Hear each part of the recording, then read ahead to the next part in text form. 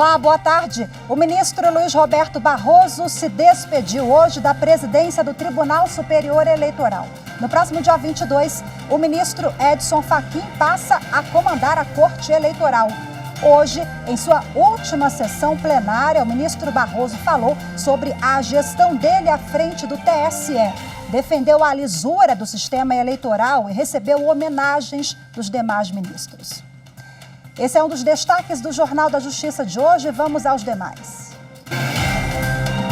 Ministério Público do Rio de Janeiro cadastra pessoas desaparecidas em razão do temporal que atingiu a cidade de Petrópolis, na região serrana do Rio. Briga por futebol. Tribunal de Justiça de São Paulo concede habeas corpus ao síndico acusado de matar o vizinho.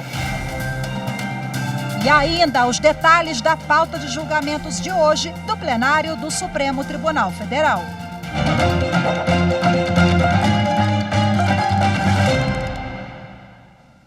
Terminou há pouco a última sessão do Tribunal Superior Eleitoral, conduzida pelo ministro Luiz Roberto Barroso como presidente da Corte. No próximo dia 22, terça-feira que vem, o ministro Edson Fachin vai passar a comandar o TSE. A repórter Evne Araújo acompanhou a sessão do Tribunal Superior Eleitoral e ao vivo traz as informações para a gente. Olá, Evne, muito boa tarde para você.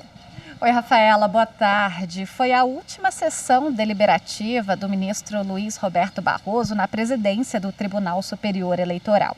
Depois dos julgamentos previstos para essa manhã, Barroso aproveitou para fazer um balanço da gestão dele à frente do TSE. Ele lembrou como foi comandar, como foi o desafio, de estar à frente de eleições municipais durante a pandemia e os avanços da justiça eleitoral nesse período. Emocionado, o ministro Luiz Roberto Barroso também agradeceu a todos que fizeram parte dos trabalhos nos últimos 2 anos. Vamos ver. Minhas palavras iniciais são de reconhecimento e gratidão. Em primeiro lugar, aos ministros desse tribunal, da presente composição e das anteriores. Agradeço, em segundo lugar, à minha assessoria aqui no tribunal. Companheiros brilhantes e queridos de viagem, na aventura que foi fazer eleições limpas, livres e seguras e proteger a democracia no Brasil, esse fascinante e complexo país que é a nossa paixão. A todos os servidores das diferentes áreas do Tribunal Superior Eleitoral, os secretários, os coordenadores e, muito especialmente, aqueles que eu nunca cheguei a conhecer pessoalmente, aos presidentes dos tribunais regionais eleitorais e respectivos juízes e servidores, que foram parceiros dedicados e leais em todos os momentos, aos colaboradores mais humildes, que prestam um serviço essencial que, por vezes, passa despercebido. Pessoal da limpeza, da copa, da portaria e da segurança, entre outros. Todos os trabalhos são importantes para o tribunal. Durante a sessão de hoje de manhã do Tribunal Superior Eleitoral, os outros ministros da Corte também aproveitaram para homenagear a passagem do ministro Luiz Roberto Barroso na presidência da Corte. Vamos ver.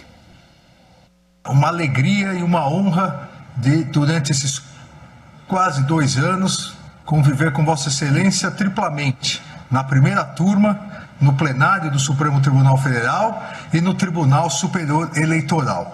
É realmente uma grande alegria, um grande aprendizado. Vossa Excelência sempre repete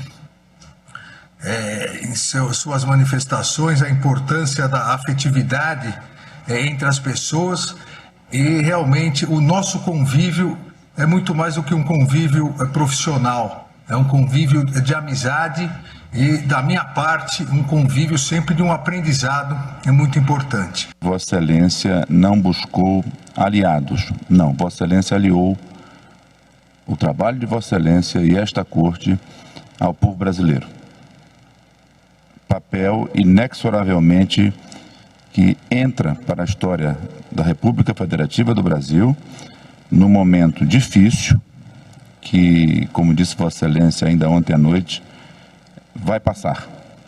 E sabemos nós o preço familiar que Vossa Excelência pagou, mas tenha certeza, Vossa Excelência, de que o povo brasileiro reverencia o trabalho de Vossa Excelência à frente desta Corte Eleitoral e a democracia brasileira sente-se hoje mais fortalecida ainda pelo trabalho desempenhado por Vossa Excelência. Sua Excelência, como sabemos, no exercício da presidência conseguiu com indiscutível elegância e mestria coordenar os nossos trabalhos sempre na base do acolhimento amplo de eventuais distinções de pensamento típicas dos julgamentos colegiados.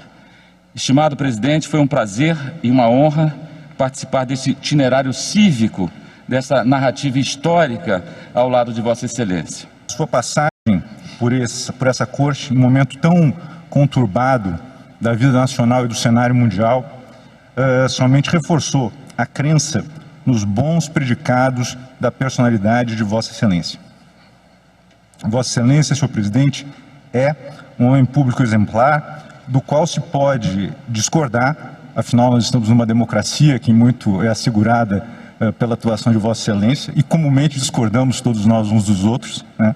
É um homem público do qual se pode discordar, mas que não pode ser acusado de atuar com agendas ocultas ou contra interesses do país e de sua população. Acompanho todas as manifestações já feitas anteriores pelos ministros desta Corte, em que o grande serviço, Vossa Excelência, pela trato com a coisa pública, liane do trato, a cortesia, a educação e a competência, fez com que a sociedade, nesse momento que estão vivendo, Vossa Excelência plantou esse legado e que nós vamos ter os frutos, certeza, daqui a pouco. Agora vamos falar sobre os desdobramentos da chuva em Petrópolis. Essa quarta-feira, o Ministério Público do Estado do Rio de Janeiro cadastrou, até o início da noite, 35 pessoas desaparecidas em razão dos deslizamentos decorrentes do forte temporal que atingiu a cidade de Petrópolis, que fica na região serrana do Rio de Janeiro. As comunicações estão sendo recebidas pelo Programa de Localização e Identificação de Desaparecidos do Ministério Público. A partir do cadastro no banco de dados do programa, as informações e características físicas dos desaparecidos são checadas junto aos demais bancos de dados oficiais. A Defesa Civil confirmou que já foram encontrados 105 corpos de vítimas. A cidade histórica de Petrópolis foi praticamente destruída pelas chuvas. Na terça-feira, em apenas 6 horas, choveu a quantidade de um mês inteiro. Morros vieram abaixo, arrastando casas e moradores. No centro da cidade, não se sabia o que era rio ou avenida. Essa foto, você está vendo aí essa foto, 2 pessoas se agarraram a uma árvore para não serem levadas pela água. A prefeitura decretou estado de calamidade pública na região de Petrópolis. O Tribunal de Justiça de São Paulo concedeu habeas corpus ao síndico de um prédio em São José do Rio Preto, acusado de matar o vizinho. Emerson Flamengue deu um soco no outro morador no último sábado, após a derrota do Palmeiras para o Chelsea na final do Mundial de Clubes. O crime ocorreu neste condomínio. Segundo o processo, o advogado Celso Vanzo, que é palmeirense, estava na sacada do apartamento após o jogo, quando o síndico buzinou o carro para comemorar a derrota do Palmeiras. Os dois começaram a trocar provocações. Emerson Flamengue e Celso Vanzo já vinham se desentendendo por causa de outras questões administrativas do condomínio. Segundo depoimentos, após as provocações, Celso Vanzo e um amigo desceram para tirar satisfações com o síndico. Emerson Flamengue afirmou que, ao ver os dois se aproximando, deu um soco no rosto do vizinho, que caiu no chão. Celso Vanzo foi levado ao hospital, mas não resistiu e morreu. O Tribunal de Justiça de São Paulo considerou que não há registros de violência na vida do síndico e que esse foi um fato isolado. O próprio Ministério Público entendeu que não ficou comprovada a intenção de matar. Com a concessão do habeas corpus, ele vai aguardar o julgamento em liberdade.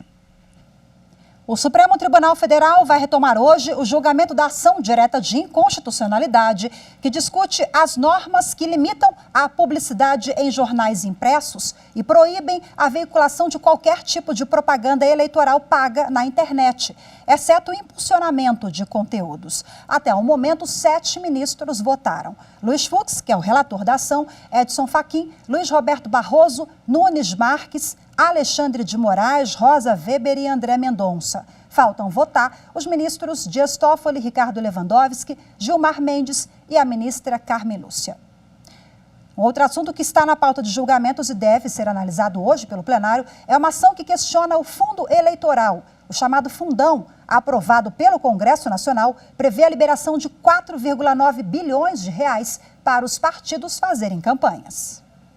A ação foi apresentada pelo Partido Novo contra um artigo da Lei de Diretrizes Orçamentárias aprovada em julho do ano passado pelo Congresso Nacional.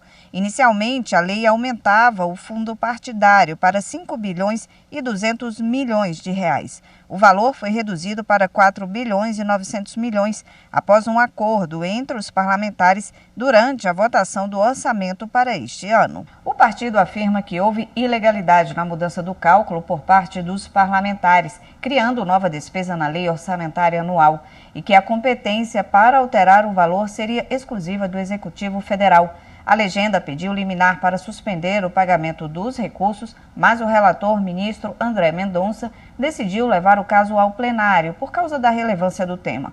Essa é a estreia de André Mendonça como relator de um processo no STF. A Advocacia Geral da União deu parecer contrário à ação. Segundo a AGU, a definição do aumento seguiu todas as previsões legais. A Procuradoria-Geral da República também considerou o aumento constitucional, afirmou que o artigo contestado pelo partido não criou despesa sem prévia autorização do Legislativo ou sem fonte de custeio. Centrais sindicais e confederações nacionais de diversas categorias profissionais acionaram o Supremo Tribunal Federal contra uma portaria do Ministério do Trabalho e Previdência e do Ministério da Saúde, que reduziu o afastamento de trabalhadores com Covid-19. Quem traz as informações é a nossa consultora jurídica da TV Justiça, Gisele Reis. Centrais sindicais e confederações nacionais de diversas categorias profissionais estão preocupadas com a portaria do Ministério do Trabalho e Previdência e do Ministério da Saúde, que reduziu de 14 para 10 dias o período de afastamento das atividades presenciais de trabalhadores que contraíram Covid-19. Se o trabalhador com diagnóstico confirmado ou suspeito não apresentar febre no período de 24 horas, esse prazo pode ser reduzido para 7 dias. No STF, as entidades argumentam que a portaria coloca o trabalhador em risco diante de uma cepa de Covid altamente transmissível e viola o direito à saúde, à vida, além de contrariar a recomendação da Organização Mundial da Saúde e da Fundação Oswaldo Cruz. Alegam também que a redução do isolamento não tem embasamento científico. Na ação... O Jornal da Justiça, primeira edição de hoje, fica por aqui. Muito obrigada pela sua companhia. Você vai acompanhar agora ao vivo a coletiva do ministro Luiz Roberto Barroso, que conduziu hoje a última sessão à frente do Tribunal Superior Eleitoral. Tchau, tchau, até amanhã, boa tarde.